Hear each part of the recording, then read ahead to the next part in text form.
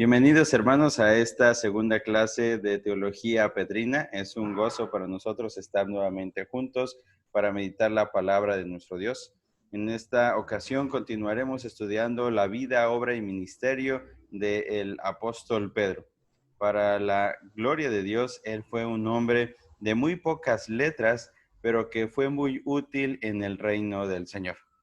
Quiero invitarles a buscar Hechos capítulo 4, versículos 11 en adelante, que dice de la siguiente manera.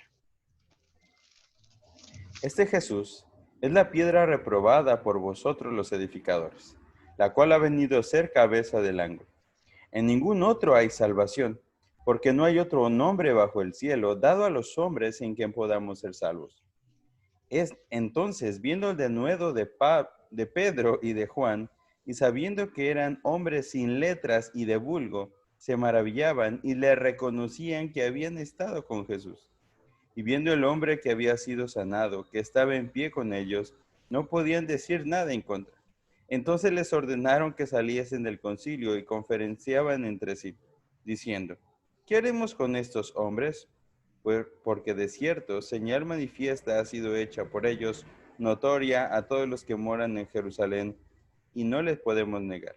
Sin embargo, para que no se divulgue más entre el pueblo, amenacémosle para que no hablen de aquí en adelante a algún hombre en este nombre.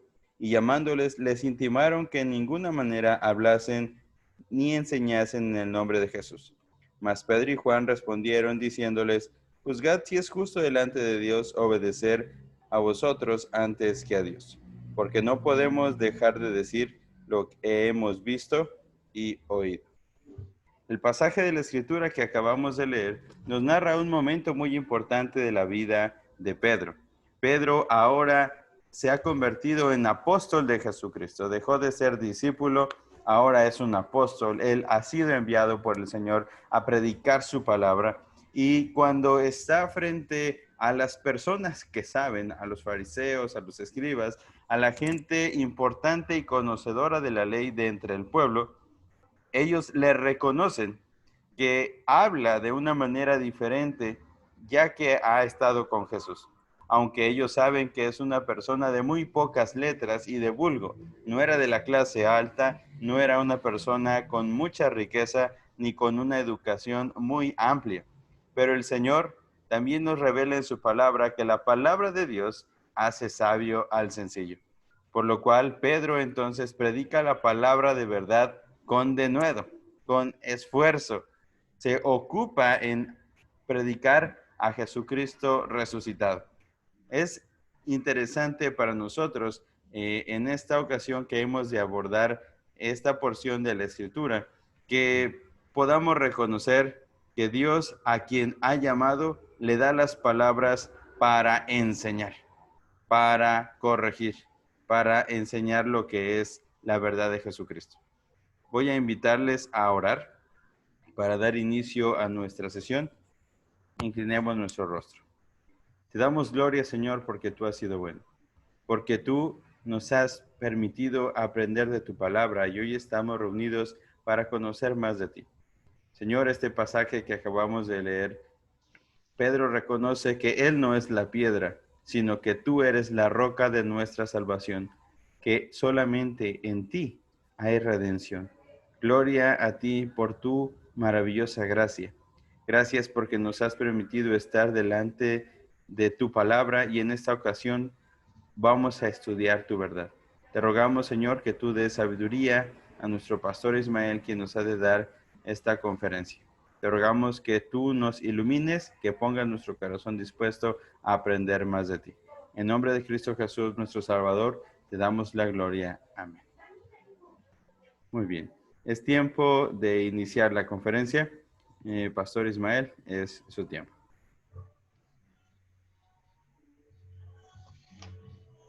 Es un gusto iniciar este estudio de esta tarde.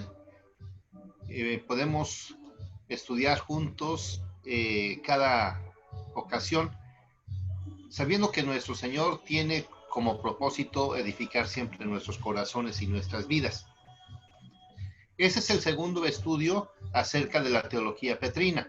Y en el primer estudio estuvimos hablando acerca de Pedro, cuando es llamado por el Señor, y vimos su carácter, sus actitudes, sus pensamientos, diríamos, de un cristiano muy nuevo o de una persona que apenas está comenzando en la fe. Pero al terminar el Evangelio, vemos a un hombre que es confrontado por nuestro Señor Jesucristo después de ser sacudido por una situación muy fuerte. La transición de los Evangelios a Hechos capítulo 1, hermanos, muestran una transformación realmente increíble, algo grande, algo que mencionábamos al final del estudio pasado. En esta ocasión quiero invitarlos a buscar Primera de Pedro, capítulo 1. Quisiéramos iniciar con el estudio propiamente de nuestra carta, primer carta de Pedro. E inicia la carta diciendo: Pedro, apóstol de Jesucristo, a los expatriados de la dispersión en el Ponto, Galacia, Capadocia, Asia y Bitinia, elegidos según la presciencia de Dios Padre en santificación del Espíritu, para obedecer y ser rociados con la sangre de Jesucristo, gracia y paz os sean multiplicadas. Yo creo que Pedro, al escribir la carta, comenzó de una forma muy fuerte, muy impactante, porque él trata varias cosas que son muy importantes y resaltan. Tal vez nosotros habríamos comenzado una carta un poco sencilla, un poco suave al iniciar, y dejaríamos el contenido fuerte para después.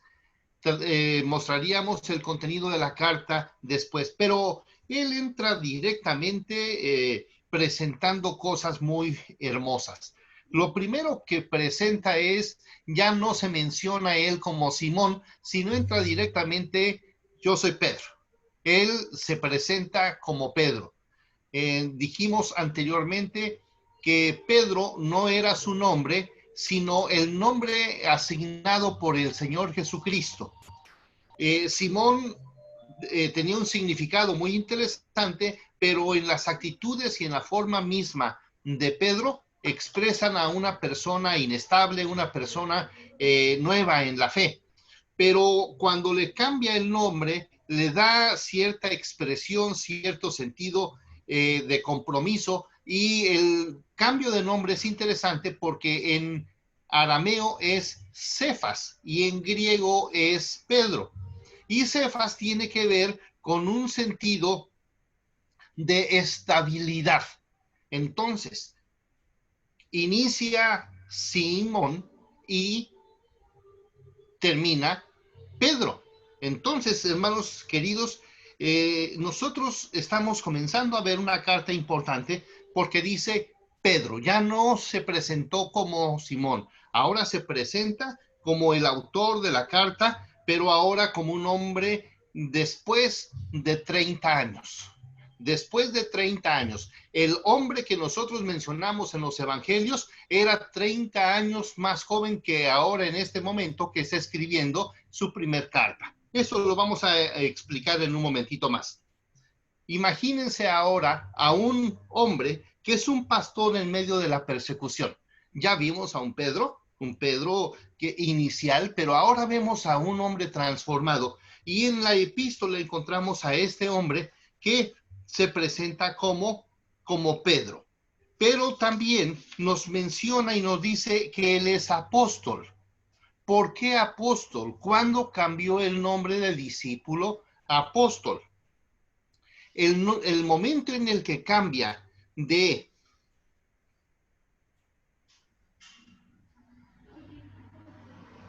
discípulo a apóstol es precisamente en el momento en que él es enviado juntamente con los demás discípulos a predicar el evangelio. En el evangelio de Mateo y en el evangelio de Marcos se ve la gran comisión. Pero si usted nota, cuando inicia el libro de los Hechos, ahí encontramos en el versículo 1, el capítulo 1, versículo 8, dice, pero recibiréis poder cuando haya venido sobre vosotros el Espíritu Santo. Y me seréis testigos en Jerusalén, en Judea, en Samaria y hasta lo último de la tierra. En este momentito, queridos hermanos, vemos a un hombre junto con otros que se convierte en apóstol, porque la palabra apóstol, lejos de tener un título o de ser un título, lo que presenta es una misión.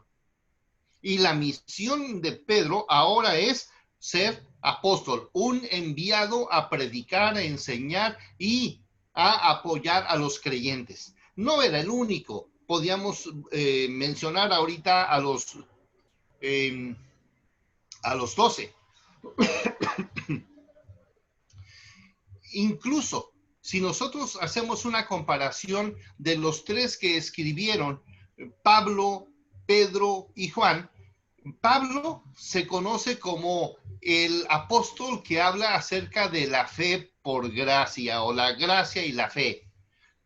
Pedro habla acerca de la esperanza y Juan acerca del amor. Y esas palabras las hemos encontrado en los escritos de cada uno. Fe, esperanza y amor. Pero los apóstoles, hermanos, tenían un propósito específico de ser los encargados de enseñar todas las cosas que el Señor les había enviado. Acompáñenme, por favor, a Efesios capítulo 2. Y en Efesios capítulo 2, versículo 20, vamos a encontrar una palabra realmente muy interesante. Dice así: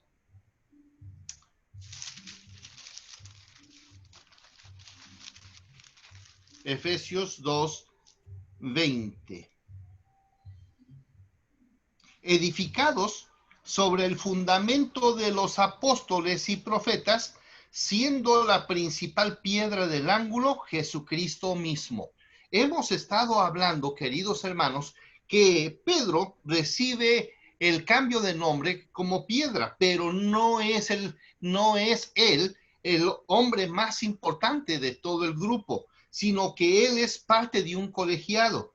Dice este versículo que el pueblo de Dios tenía que ser edificado bajo el fundamento de los apóstoles y profetas.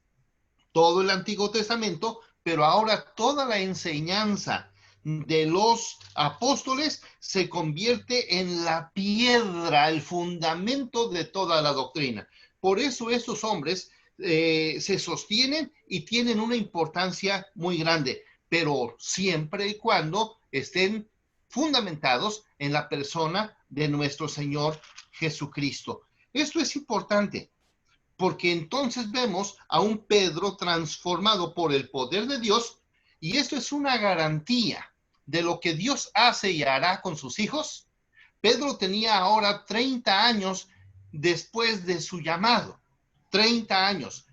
Si hacemos una referencia en los evangelios vemos a un hombre que inicia su ministerio más o menos por los 33. Luego llega al libro de los Hechos y tiene los mismos 33 porque solamente está pasando como mes y medio. Pero de ahí, de Hechos capítulo 1 y de Hechos capítulo 2 a este momento, queridos hermanos, están pasando 32 años aproximadamente. 32 años. Entonces, si Dios fue capaz de transformarlo en mes y medio, ahora imagínese todo el seguimiento, la experiencia y el compromiso que está él entendiendo después de esos 30 años de una transformación constante. Qué hermoso es cuando leemos la Escritura, cuando dice que el Señor nos fundamentaría, nos fortalecería. ¿Recuerdan ustedes Filipenses capítulo 1, versículo 6? Convencidos o persuadidos de esto, que el que comenzó en vosotros la buena obra, la perfeccionará hasta el día de Jesucristo. Entonces, en este pasaje de Pedro, de Primera de Pedro, vemos a un hombre que ya está completamente transformado, un hombre que todavía tiene sus problemas, todavía tiene sus inquietudes, pero lo vemos completamente estable, fortalecido y que tiene la capacidad de tener el cuidado de todo un rebaño en distintos lugares de ese tiempo. Por eso la carta es muy clara y dice a quiénes. Primero nos dice quién es el autor y bueno, ya sabemos que es Pedro. Y luego nos dice quiénes son los destinatarios. Los destinatarios son los expatriados de la dispersión. Los expatriados de la dispersión. Hermanos, fíjense que Pedro no inicia con algo de que algunas personas fueron extraviadas o fueron llevadas por la persecución nada más, sino que el pueblo de Israel había tenido una situación muy difícil y fueron llevados al cautiverio. Ustedes han de recordar esto en el Antiguo Testamento. Fueron llevados al cautiverio, estuvieron más de 70 años, 71 y unos pocos más el otro grupo. Entonces, un poco más de 70 años. Y ellos fueron ahí por causa de su pecado. Pero ahora hay una situación diferente, porque ahora están siendo expatriados, ahora están siendo perseguidos. Y estos hermanos perseguidos ya no están siendo perseguidos por su pecado, están siendo perseguidos por su amor al Señor Jesucristo, por su constancia, por su compromiso, por su amor. Y entonces vemos que Pedro enfatiza mucho a los expatriados, a los peregrinos. ¿Están en un lugar diferente? Pero su ciudadanía principal está en los cielos. Quiero mencionar ahí en nuestra laminita que tenemos, que nos van a poner a continuación, hermanos, ahí está la zona de Asia Menor, y ahí está ubicado el lugar donde están estas iglesias. Si usted nota ahí en nuestro mapa, se presenta y ahí está el Ponto, Galacia, Capadocia, Asia y Bitinia. Ahí están ubicados. ¿Usted lo puede ubicar?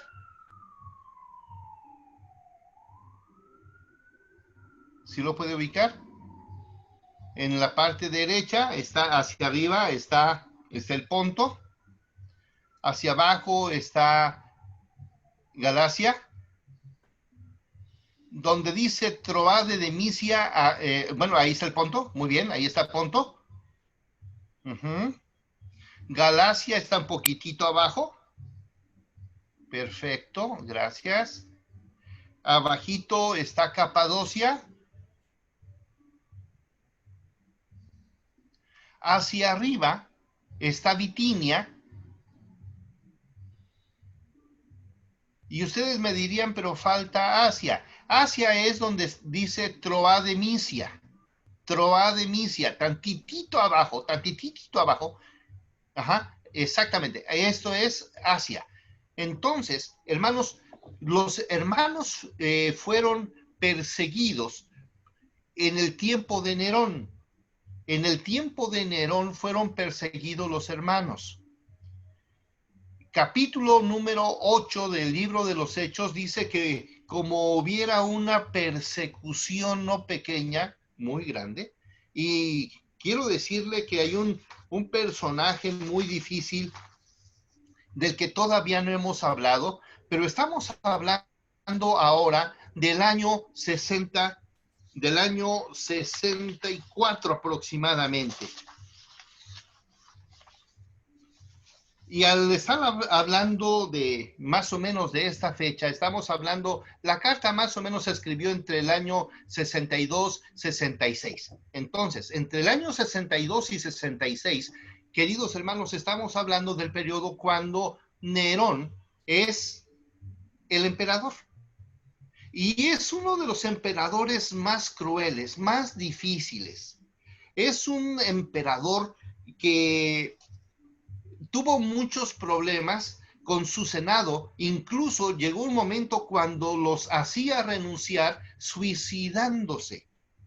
Él fue muy duro, él asesinó a su madre, él asesinó a varias de sus esposas, él en un momento muy difícil, imagínense, su palacio era aproximadamente de 8 hectáreas, solamente el palacio donde él vivía, 8 hectáreas.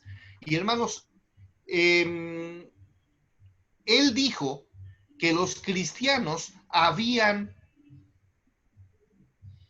incendiado todo Roma. Y entonces algo así como 10 secciones de Roma fueron totalmente terminadas, fueron totalmente calcinadas, totalmente destruidas.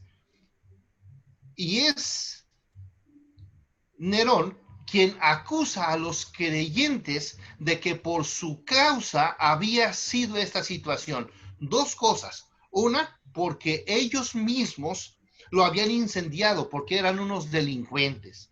Número dos, porque ellos eran personas indeseables que por causa de su pecado, todos los dioses estaban en contra de ellos y hacían que hubiese temblores, hubiese situaciones naturales en contra, y entonces todo era culpa de los cristianos.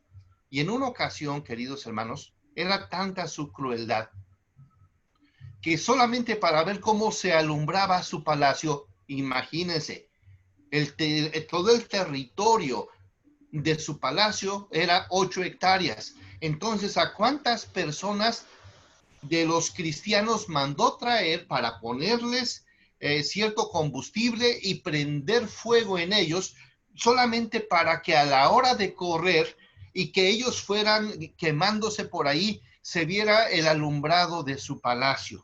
Era un hombre tremendo, pero él los acusaba a ellos de delincuentes.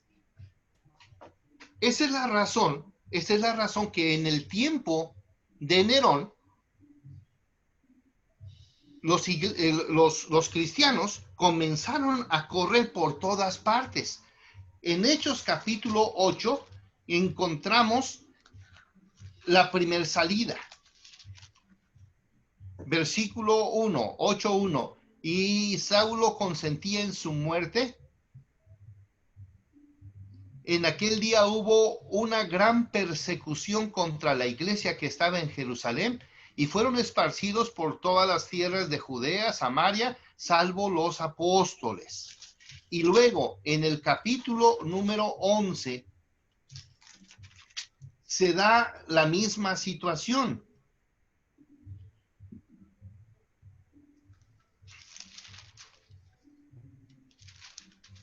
Y oyeron los apóstoles y los hermanos que estaban en Judea, que también los gentiles habían recibido la palabra de Dios, y ahí comienza una siguiente persecución, continúa la persecución, y llega el versículo número 19. Ahora bien, los que habían sido esparcidos por causa de la persecución que hubo con motivo de Esteban, la misma persecución, pasaron hasta Fenicia, Chipre, Antioquía, no hablando a nadie la palabra, sino solamente a los judíos. Vean ustedes cómo ya corrió, se fue por todo Chipre y por todo Cirene.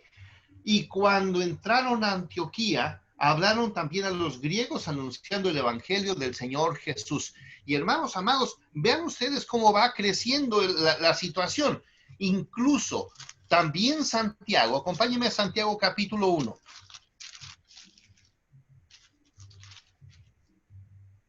Santiago, siervo de Dios y del Señor Jesucristo, a las 12 tribus que están en la dispersión. Continúa la situación, continúa. También Santiago está haciendo referencia a esta situación donde los creyentes tuvieron que ir por muchísimos lugares. Y entonces Santiago hace referencia a unos de la dispersión y Pedro menciona a otros hermanos de la persecución. Entonces, la iglesia del Señor Jesucristo está siendo perseguida de una forma increíble, de una forma muy fuerte. Y las acusaciones pues son muy duras. Los mismos historiadores, por ejemplo, Suetonio decía que los cristianos eran hombres con una superstición nueva y dañina y que por su culpa había desastres naturales. Tácito también menciona algo parecido, diciendo que eran hombres odiados por sus vicios y que tenían una superstición perniciosa y enferma. Entonces, los cristianos están siendo acusados como calumniadores, como murmuradores, como delincuentes. Si usted se da cuenta, de alguna forma ya hemos comenzado a caminar en la carta. Caminemos al capítulo número 2. Capítulo número 2 de Primera de Pedro. Versículo número 12.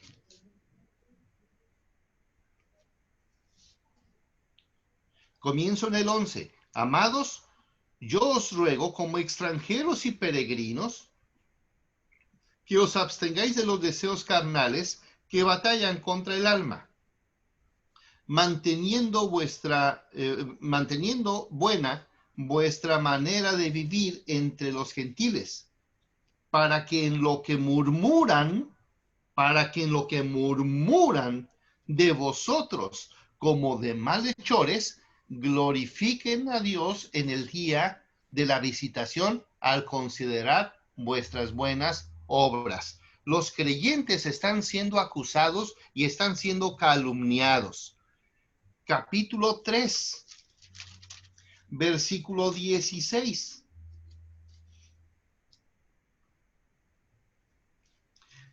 Teniendo buena conciencia para que en lo que murmuran de vosotros, hay murmuradores, hay murmuradores que les están acusando, en lo que murmuran de vosotros como malhechores. Vean ustedes cómo están pensando de los creyentes, que los creyentes son malhechores. Los que murmuran de vosotros como de malhechores sean avergonzados, los que calumnian vuestra buena conducta en Cristo, porque mejor es que padezcáis haciendo el bien, si la voluntad de Dios así lo quiere, que haciendo el mal. Versículo 18. Porque también Cristo padeció una sola vez por los pecados, el justo por los injustos, para llevarnos a Dios, siendo a la verdad muerto en la carne, pero vivificado en espíritu. Aquí encontramos, queridos hermanos, que los hermanos expatriados, los hermanos perseguidos, están siendo acusados como delincuentes. Y termino esta parte de capítulo 4, versículo 1 al 6. Puesto que Cristo ha padecido por nosotros en la carne, vosotros también armaos del mismo pensamiento, pues quien ha padecido en la carne terminó con el pecado. Pero para no vivir el tiempo que resta en la carne conforme a las concupiscencias de los hombres, sino conforme a la voluntad de Dios.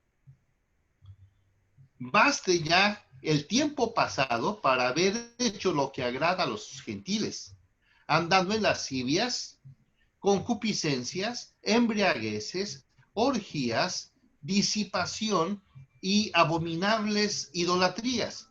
A estas gentes, a estos, les parece cosa extraña que vosotros no corráis con ellos en el mismo desenfreno de disolución y os ultrajan. Gracias a Dios porque había habido una transformación. Pero ellos darán cuenta al que está preparado para juzgar a los vivos y a los muertos, porque por esto también ha sido predicado el evangelio a los muertos, para que sean juzgados en carne según los hombres, pero vivan en espíritu según Dios. Y queridos hermanos, mas el fin de todas estas cosas está cerca, sed pues sobrios y velad en oración. Entonces, Pedro se presenta en esta carta como todo un pastor. Se presenta como todo un pastor que está viendo la situación de la iglesia que está siendo perseguida y les dice, hermanos, siéntanse bienaventurados. Y él mismo recuerda las palabras del Señor Jesucristo de Mateo capítulo 5, versículo 11, que dice, bienaventurados sois cuando por mi causa os vituperen y os persigan y digan toda clase de mal contra vosotros mintiendo. Él les está diciendo ahora a los creyentes, como todo un pastor, que hay algo muy bueno que está sucediendo. Por eso no deben de estar afligidos por las pruebas, sino que deben estar contentos porque los están ligando, porque están presentando con su vida a la persona de Jesucristo. Entonces, por eso ellos deben de considerarse como bienaventurados, porque por la causa de Cristo los están persiguiendo. Es decir, los están persiguiendo de una forma injusta, pero ellos lo están haciendo bien. Hermanos, ¿dónde está el Pedro? ¿Dónde está el Pedro de los evangelios? Díganme ustedes, ¿dónde quedó el Pedro desanimado, impulsivo, caprichoso, imprudente e impaciente? ¿Dónde quedó Pedro? Transformación total. Entonces, con todo lo que estamos mirando ahora, podemos ya decir con claridad que el propósito de esta carta es que Pedro escribe para alentar a los cristianos que estaban atravesando tiempos difíciles de persecución. Ese es el propósito de la carta. El propósito de la carta es alentar a los hermanos que están pasando en tiempos de persecución y de enseñarles a vivir en medio de las hostilidades, en medio de la situación. Es como si ahora se levantara un pastor y dijera, hermanos amados, tenemos que aprender a vivir en tiempos de pandemia. ¡Pum! O sea, ¿qué debe de hacer un pastor?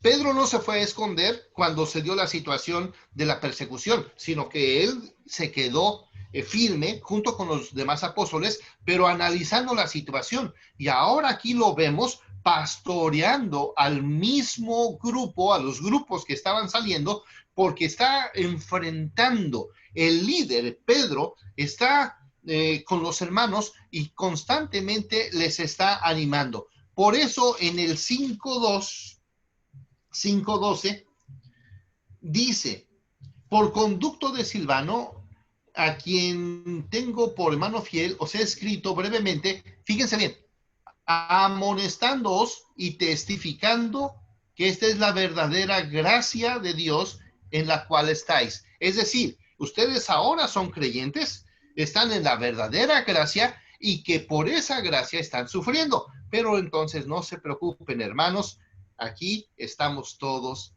de pie. Ese es el Pedro de primera de Pedro. No termina todavía, pero quiero que vayamos viendo ese tipo de detalles. Un hombre que se para y que al entender, al leer los tiempos, al ver las situaciones que se están dando, rápidamente está pensando también en el pueblo y cómo debe de responder la iglesia en momentos difíciles. Hermanos, ¿cómo debe responder la iglesia en tiempo de pandemia? A todos nos rebasó, pero una vez que ya entendimos la situación, algo tenemos que hacer, y todos nosotros, los que somos líderes, no podemos estar esperando a ver qué va a pasar, sino que nosotros que estamos ya leyendo las circunstancias, estamos leyendo los tiempos, entonces tenemos que hacer algo como lo que hizo Pedro. Muy bien. Veamos el bosquejo del libro. El bosquejo del libro. Ese lo tenemos ahí en nuestra pantalla en un segundito.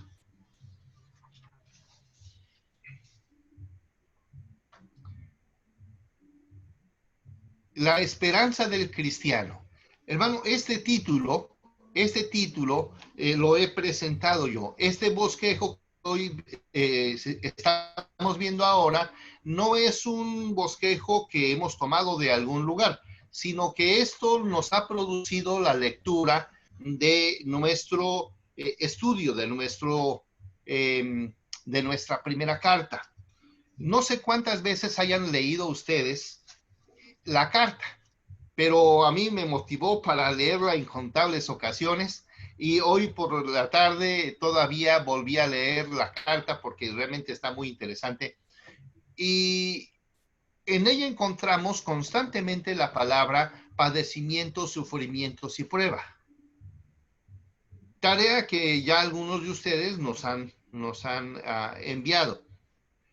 Y entonces, la esperanza del cristiano, así le vamos a nombrar nosotros, porque nos parece que ese es el sentido de toda la carta. La esperanza del cristiano. Del capítulo 1, del versículo 1 al 12, encontramos el sufrimiento como prueba. El sufrimiento se convierte en una prueba del cristiano, pero esa prueba tiene un propósito. Capítulo 1, versículo 3. Bendito el Dios y Padre de nuestro Señor Jesucristo, que según su grande misericordia nos hizo renacer para una esperanza viva. Inicia con la esperanza.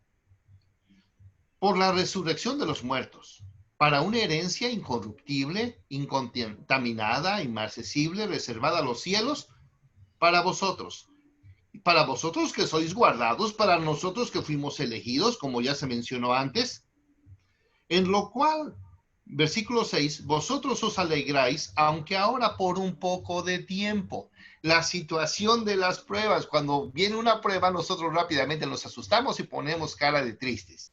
Y lo que aquí está mencionando es que los creyentes, lejos de sentirse afligidos cuando pasan distintas pruebas, lo que deben hacer es sentirse contentos y satisfechos. Versículo 7, para que sometida a prueba, seguramente esta palabra prueba también por ahí la subrayaron, para que sometida a prueba vuestra fe, mucho más preciosa que el oro, el cual, aunque perecedero, se prueba con fuego, sea hallada en alabanza, gloria y honra cuando Cristo sea manifestado. ¿Recuerdan que Pedro fue probado? ¿Recuerdan que tuvo que pasar y ser sacudido, zarandeado como el trigo? Bueno, ahora él recuerda lo que sucedió hace algunos años, 30 años, y lo traduce y dice, hermanos, pues tenemos que estar contentos cuando estemos pasando por todo esto, porque el sufrimiento es una prueba para nuestro crecimiento y para que nuestra fe sea purificada. Entonces, las situaciones que pasamos, lo que estamos pasando ahora en esta época, hermanos, es una situación para que nuestra fe sea probada. Del capítulo 1, versículo 13 al 2:10, encontramos el sufrimiento, pero ahora el sufrimiento tiene un propósito. Sí, aparte del propósito de ser probados, pero ahora cuando el sufrimiento, las situaciones de la vida se están dando, entonces, hermanos, eso nos lleva para que se note nuestra identidad y nuestra firmeza en tiempos difíciles. A ver, ¿qué es esto? ¿Qué se debe de notar en el momento del sufrimiento, lo que somos, identidad, lo que somos. ¿Qué somos? Según Pedro, somos santos, somos renacidos, somos elegidos, somos piedras vivas, somos pueblo santo, somos linaje escogido, real sacerdocio. Entonces, hermanos amados, cuando llega el sufrimiento, llega para que se note, para que se descubra, para que se afirme lo que nosotros somos. Nuestra identidad cristiana se afirma en el sufrimiento. Pedro lo está haciendo bien, está entendiendo bien los tiempos. Él entendió perfectamente esta situación. Capítulo 2, versículo 11 al 4:11. Y ahí nos va a mostrar que los sufrimientos son como una forma de testimonio cristiano. En medio del sufrimiento la gente nos debe de conocer. La gente conoce a los cristianos precisamente por su conducta cuando las situaciones no son tan favorables. Cuando Pedro estaba en el Evangelio, cuando estaban en los Evangelios, hermanos, Pedro apenas pasaba una situación la que fuera y ¡poc! Rápidamente reacciona y no reaccionaba positivamente, reaccionaba en forma negativa. Ahora vean ustedes lo que está enseñando Pedro, que cuando vienen las pruebas, lo que hace la prueba, el sufrimiento, el dolor, la angustia, el padecimiento, hace que la gente pueda recibir un testimonio, y el testimonio es de que somos cristianos. Entonces, cuando vienen los sufrimientos, los dolores, no nos desanimamos, porque a través de esto estamos dando el testimonio de nuestra vida. Qué pastorazo, ¿verdad? Esta palabra pastorazo me la aprendí aquí en Chiapas, hermanos. Qué pastor, qué pastor. Un pastor que nos está enseñando tremendamente. El sufrimiento se nota, en el sufrimiento se nota lo que somos. En el sufrimiento se nota lo que somos. Capítulo 4, versículo 12. Hasta el 5:11. En este tiempo, hermanos, el sufrimiento sirve para mostrarnos la esperanza futura. La esperanza futura. Y nos presenta precisamente a la persona de nuestro Señor Jesucristo. La parte fuerte del sufrimiento se da aquí, puesto que Cristo ha padecido por nosotros en la carne, nosotros también, armados del mismo pensamiento, pues quien ha padecido en la carne, terminó con el pecado, para no vivir el tiempo que resta en la carne conforme a las concupiscencias de los hombres, sino conforme a la voluntad de Dios. Entonces, el sufrimiento nos está mostrando que la conducta del cristiano, hermanos amados, es la muestra de que así como el Señor Jesucristo padeció, así nosotros tenemos que padecer. Y que lo que nosotros lo padecemos, lo estamos padeciendo en su nombre. Lo que nosotros padecemos, lo padecemos en su nombre. Capítulo 4, versículo 12. Amados, no os sorprendáis del fuego de prueba que os ha sobrevenido, como si alguna cosa extraña os aconteciese. Ay, hermanos. Versículo 13. Sino gozaos por cuanto sois participantes de los padecimientos de Cristo, para que también en la revelación de su gloria os gocéis con gran alegría. Es decir, ahora que estamos sufriendo, que estamos padeciendo, que estamos pasando situaciones difíciles, hermanos, estamos viviendo con la conducta cristiana, y estamos en el tiempo de la santificación, pero pronto ha de venir la glorificación. Cuando Cristo venga por nosotros, cuando el Señor nos muestre todo su poder y su gloria, y entonces nosotros en este momento ya nos estamos reflejando hacia el futuro. Ya estamos reflejando, ya estamos caminando hacia el futuro, ya estamos mostrando que el sufrimiento es parte de la esperanza futura. Y cómo me encanta aquel pasaje que dice que para que tengamos mayor peso de gloria, mayor peso de gloria, mayor peso de grandeza, mayor peso de testimonio cristiano. Luego, en el capítulo 5, ya encontramos la despedida. Pero, hermanos, vean ustedes cómo se va a despedir. Está interesante la forma en la que se despide, porque se despide y no se despide. Capítulo 5, versículo 1, ruego a los ancianos. Ya él es el pastor, él es un pastor, pero él no está encargado de estos grupos directamente, pero los está animando. Y dice, ruego a los ancianos que están entre vosotros, yo anciano también con ellos, y testigo de los padecimientos de Cristo, que soy también participante de la gloria que será revelada. Entonces, hermanos, apacentad la grey de Dios que está entre vosotros.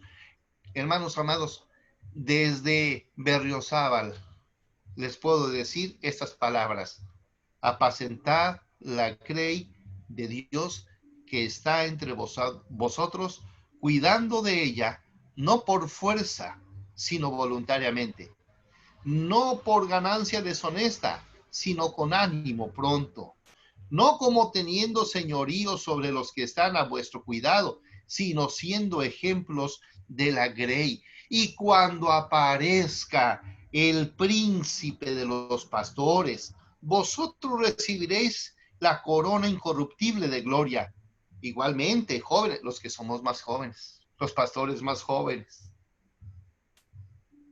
estad sujetos a los ancianos, aprendamos de los ancianos, y todos sumisos unos a otros, revestidos de humildad, porque Dios resiste a los soberbios y da gracia a los humildes.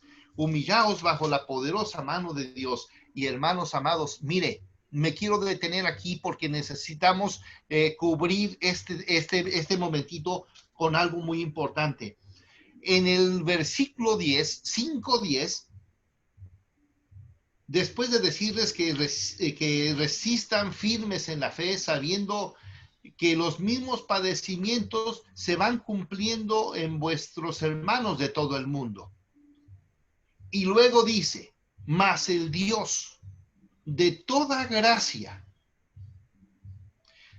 que os llamó a su gloria eterna en Jesucristo, después de que hayáis padecido por un poco de tiempo, él mismo, 4 cosas. Cuando hayan padecido un poco de tiempo, él mismo, 4 cosas: os perfeccione, os afirme, os fortalezca y establezca. Y me encanta el 11, a él sea la gloria y el imperio por los siglos de los siglos. Amén. Pero hermano, aquí hay algo, aquí hay oro molido. Aquí está una piedrita para picar. Aquí hay algo en lo que no podemos pasar por alto. 4 cosas, 4 palabras que son importantes.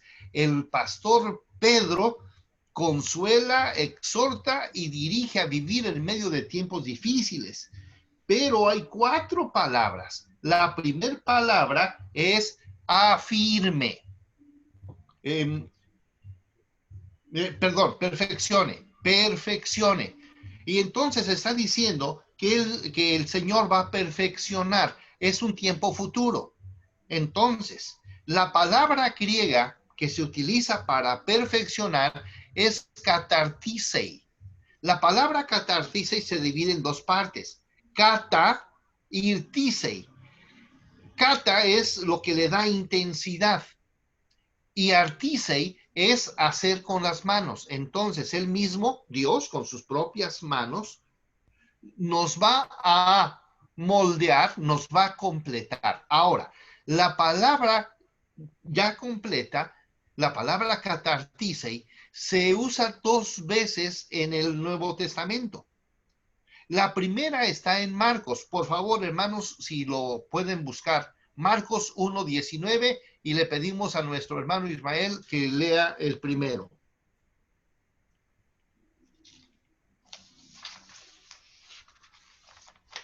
Marcos 1:19.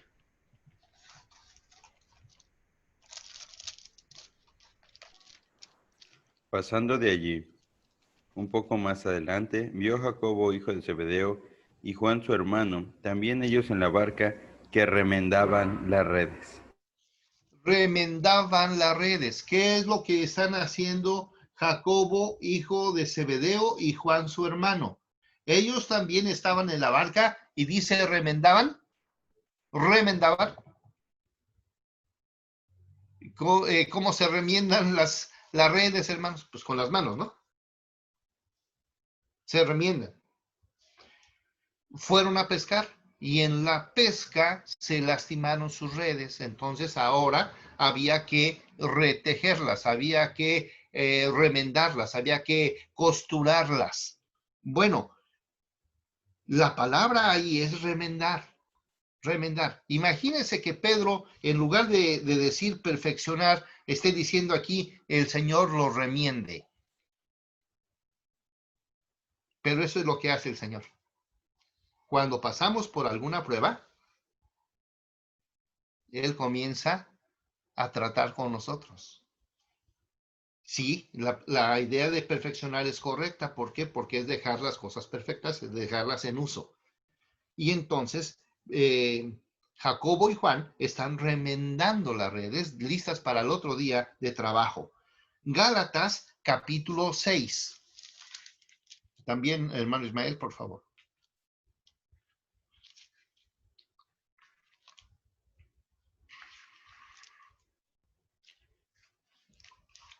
6:1.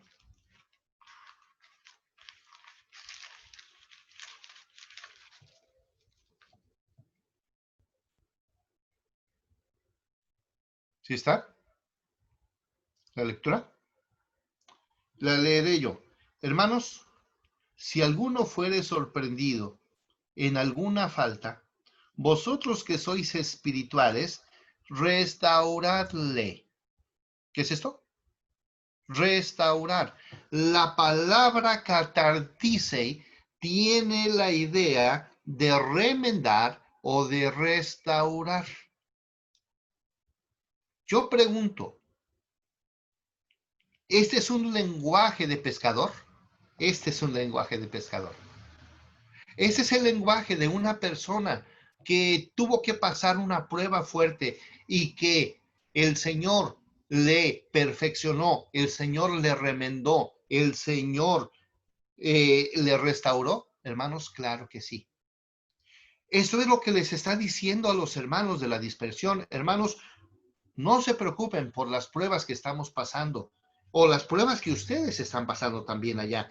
Hermanos, quiero que sepan que esto es general, está pasando a todos, pero no hay problema porque el Señor estará tratando con nosotros. Él está tratando con nosotros. Y ahora vamos a la siguiente palabra. La siguiente palabra dice que Él nos afirmará. Ya vimos que aquí tenemos se me cambió una parte, pero la palabra afirmar, la palabra estericei, ahí está, es la anterior. La palabra esterice, la palabra que dice que Él os afirmará, la palabra que dice que Él nos afirmará, tiene una mención en Lucas capítulo número 9, versículo 51. Y entonces dice el pasaje que el Señor Jesús afirmó su rostro. Afirmó su rostro. Lucas 9:51 dice que el Señor Jesús afirmó su rostro. Y ahí la palabra afirmar es una palabra interesante. ¿Por qué? Porque tiene el sentido de resistencia. Ahora, número uno. Número dos, en Lucas 22:32, Lucas 22:32 tiene algo muy importante, porque ustedes van a recordar esta mención. Pero yo he rogado por ti que tu fe no falte, y una vez vuelto, confirma a tus hermanos. Confirma a tus hermanos. Una vez vuelto, confirma a tus hermanos. La palabra afirmar y la palabra confirmar es exactamente la misma. Es decir, Pedro pasó por esto y entonces Dios lo confirmó. ¿Cómo lo confirmó? A través del sufrimiento, a través del dolor, a través de la prueba. Y esto es exactamente lo que sucede con los creyentes. Nada más que le está diciendo, hermanos, ustedes no se preocupen, el Señor está haciendo la obra en ustedes. Él mismo os fortalecerá, Él mismo os fortalezca. Es que no sin. No sé. Y esta palabra estenose, es la palabra fortalecer. Es la palabra fortalecer. Él los temple. Él haga lo que se hace con el acero, que se mete al fuego, que se golpea y luego se mete en aceite o en agua para que tenga mayor resistencia. Esto es lo que está diciendo Pedro a los creyentes. Todo este tipo de pruebas, lo único que va a hacer es que nos vamos a hacer más fuertes. Vamos a ser más fuertes, más fortalecidos. Es decir, la fuerza que ahora Pedro tiene, la tiene precisamente por una prueba que él tuvo que pasar. Y claro, seguramente en su vida hubo muchas, pero esa prueba que hemos mencionado, que el mismo Señor Jesucristo le dijo que vendría muy fuerte, hermanos, esa prueba fue la que lo hizo muy fuerte y que a todos los creyentes en medio de situaciones difíciles les hace más fuertes. Hermanos, la prueba que estamos pasando de pandemia, lo único que tiene que hacer o lo único que nos está produciendo es darnos mayor resistencia y mayor fortaleza. Yo agradezco a Dios por esta bendición, porque podemos encontrar en la palabra cosas realmente importantísimas. Luego viene la palabra, la última palabra, que es temeleiosei. Él os establecerá. Y también es futuro como las demás. Pero hermanos, la palabra telemeiosei tiene que ver con la cimentación o fortalecer los cimientos, poner los cimientos, reforzar los cimientos, que es lo que el Señor está haciendo en medio de todas las pruebas. Hermanos, está haciendo que los creyentes estén fortaleciendo cada día que estén siendo fortalecidos los cimientos por Dios. Nuestros cimientos, los cimientos de nuestra fe, se están estableciendo, se están fortaleciendo, se están haciendo más resistentes los cimientos de nuestra fe.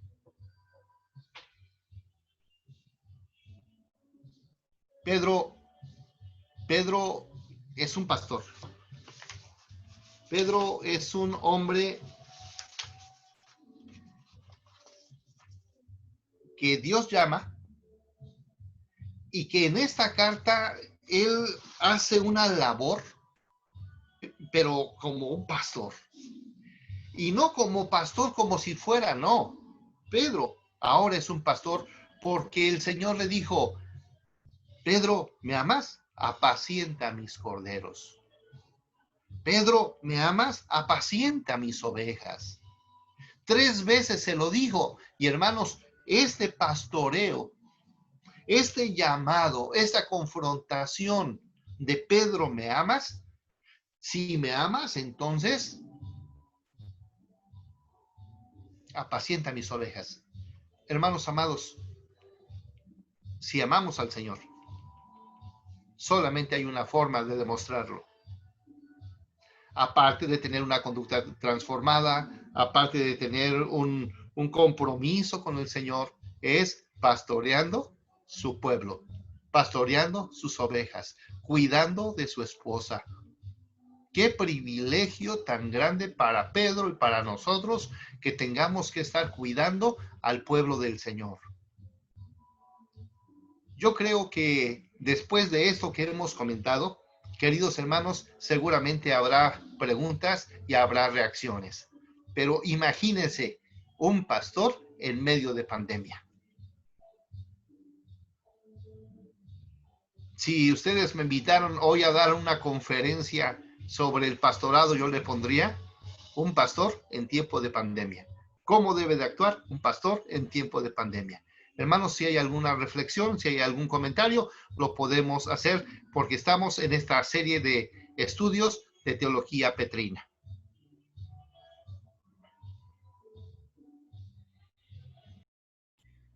Quiero invitarles, hermanos, a terminar nuestra sesión número 2 de Teología Petrina, Teología de las Cartas de Pedro, leyendo las Sagradas Escrituras en 1 de Pedro capítulo 2, versículo 11 y 12. El texto es hermoso y nos da una directriz muy clara de cómo debemos glorificar a Dios y guiar a otros que glorifiquen a Dios. El texto es este. Amados, yo os ruego como extranjeros y peregrinos, que os abstengáis de los deseos carnales que batallan contra el alma, manteniendo buena vuestra manera de vivir entre los gentiles, para que en lo que murmuran de vosotros como de malhechores, glorifiquen a Dios en el día de la visitación al considerar vuestras buenas obras. El texto es hermosísimo porque en medio de esta pandemia y en medio de la crisis social y cultural, el Señor nos manda que nuestra manera de vivir sea un testimonio de la esperanza que hay en nosotros, que nuestra manera de vivir sea justa, sea santa, para que en el momento que se nos diga que el cristiano es un ignorante, un retrógrada, una persona que no cree en el desarrollo del país, nuestra conducta casta, honesta y santa sea una evidencia de que nosotros queremos el desarrollo de nuestra nación. No somos retrógradas, no somos racistas, no somos homofóbicos, no somos intolerantes, no somos personas insensibles, sino somos personas justas, obedientes a la palabra de Dios, que amamos la verdad, la justicia, la santidad y que no estamos dispuestos a arrodillarnos ante las mentiras de Satanás. Vivamos de una manera justa y santa, para que todas las personas glorifiquen a Dios al ver nuestra buena conducta. Eso es el Evangelio, guiar a las personas a que den la gloria a Dios. Quiero invitarles a inclinar nuestro rostro y a orar dando gracias a Dios por esta clase. Padre de la gloria, te alabamos por tu bondad, porque tú eres perfecto, porque tú eres maravilloso y porque tú en medio de las pruebas nos dejas ver tu mano poderosa actuando en nosotros, cobijándonos, no dejándonos desmayar, no dejándonos desprotegidos, sino que podemos ver que tú estás actuando tu perfecta voluntad en nuestra vida. Aunque andemos en valle de sombra y de muerte, no temeremos porque tú estás con nosotros. Señor, tú nos infundes el aliento. En medio de la prueba, entendemos que en todas las cosas somos más que vencedores por medio de tu obra preciosa. Y Señor, todas las cosas que pasan y que pasarán nos ayudarán a bien. Gloria a tu nombre. Te rogamos, Señor, que nos permitas en medio de esta pandemia y en medio de estos problemas sociales dar ejemplo de una vida agradecida, de una vida santa, de un ejemplo de justicia y amabilidad. Señor, ayúdanos a predicar con el ejemplo que tú eres el Señor y que vivimos lo que creemos, que confesamos con nuestros hechos que tú eres el Señor, y para que muchos puedan conocer de tu gracia, puedan conocer de tus maravillas por medio de la predicación del Evangelio. Te damos la gloria, Señor, en esta noche. Gracias por esta segunda clase. Te rogamos que nos permitas continuar en estos cursos siendo edificados como piedras vivas, como casa espiritual, sacerdocio santo, para que podamos ofrecer sacrificios agradables delante de ti. A ti sea la gloria, ahora y por todos los siglos. Amén.